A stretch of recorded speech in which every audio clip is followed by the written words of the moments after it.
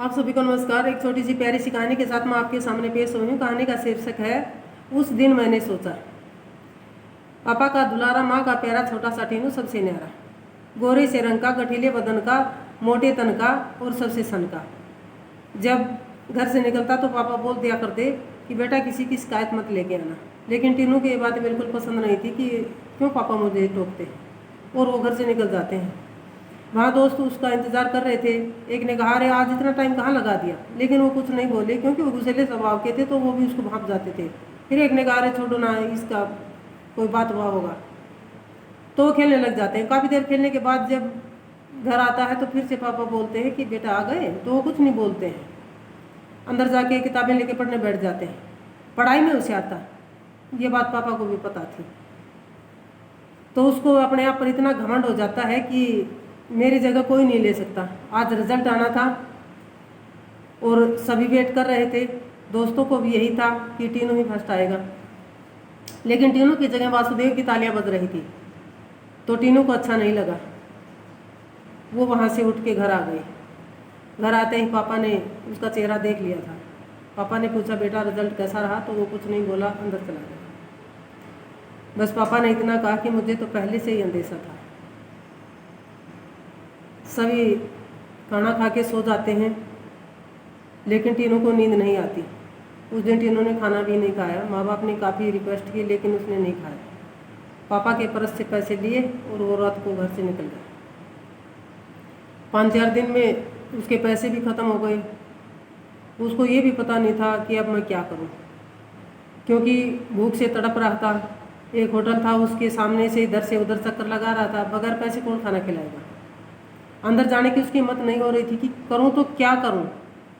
नहाने के लिए पानी नहीं, पीने के लिए नहीं, साबुन नहीं, कपड़े धोने के लिए, तो बहुत बुरी हालत में था।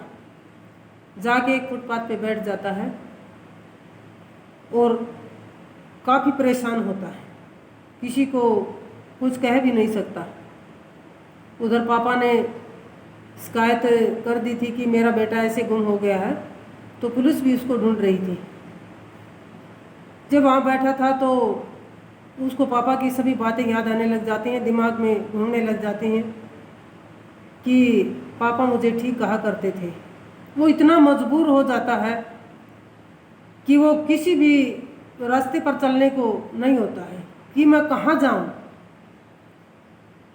उसी टाइम पुलिस पहुँच जाती है। पुलिस उसको पकड़ ले आती है। जब वो घर पहुँचता है तो मम्मी देखते ही रोने लग जाती है, उसको गले से लगाती है। वो भी रोने लग जाता है क्योंकि काफ़ी दिन से बहुत परेशान थी। पापा दूर चेयर पर बैठे ये सब देख रहे थे। जब उसने पापा की ओर देखा तो वहाँ से लपक कर पापा के पैरों में गिर गया कि पापा मुझे माफ़ कर दो। पापा कुछ नहीं बोले, बोला चेयर लेके आओ और यहाँ बैठ जाओ। बस मुझे इतना बताओ कि तुम घर से क्यों निकले, और निकले तो तुमने क्या सीखा? तो फिर टीनू बताने लग जाता है कि पापा आप जो बोलते थे वो सही कहा करते थे, मुझे गलत लगता था।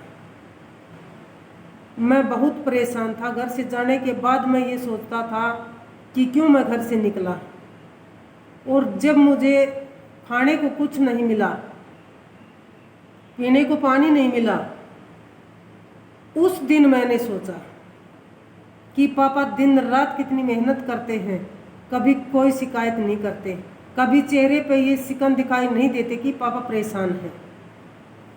तो मैं यही कहना चाहूँगा कि पापा आप सही थे और मैं गलत था, और आज मैं ये कह रहा हूँ कि आपने मुझ पर जो मेहनत की है, मैं भी एक दिन आपको ज़रूर क्रेडिट दूंगा।